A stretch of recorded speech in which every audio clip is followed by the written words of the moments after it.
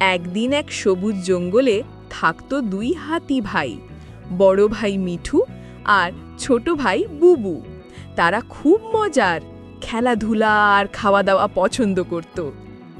এক সকালে তারা জঙ্গলের মধ্যে হাঁটছিল। বুবু হঠাৎ দেখল একটা বড় কলা গাছ ভরা পাকা কলা।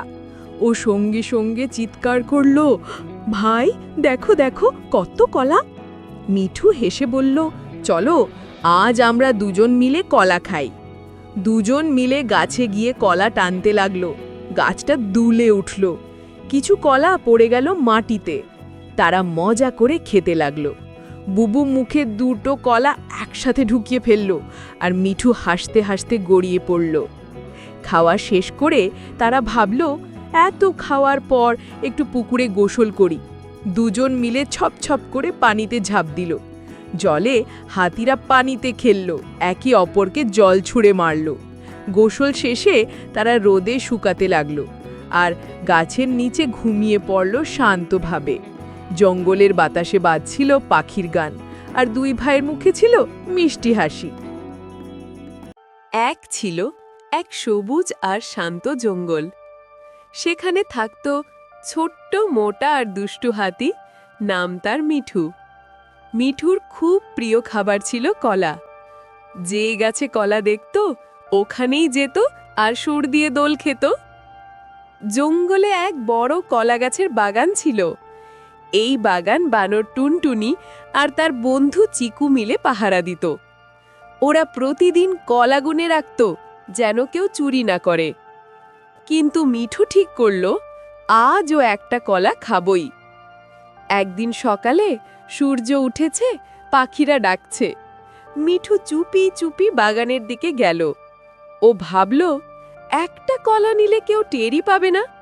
কিন্তু হঠাৎ টুনটুনি দেখে ফেলল। এই থামো হাতি, তুমি আবার আমার কলা নিচ্ছ? টুনটুনি চিৎকার করল। মিঠু ভয় পেয়ে দৌড় দিল, কলাটা মুখে নিয়ে পালালো। চিকু তার পিছনে দৌড়ালো। এক মজার ধাওয়া শুরু হলো। মিঠু দৌড়াতে দৌড়াতে এক নদীর ধারে এসে থামল।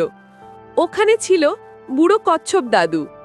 দাদু বলল, কেন এমন করছো মিঠু? জঙ্গল মানে বন্ধুত্ব, চুরি না। মিঠু চুপ করে রইল, লজ্জায় মাথা নিচু।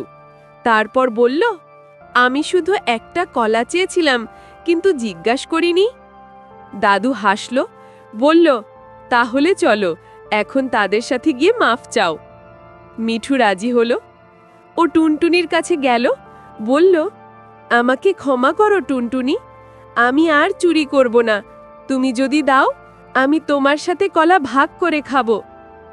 টুনটুনি হাসল, ঠিক আছে মিঠু, তুমি ভালো বন্ধু, চলো একসাথে খাই।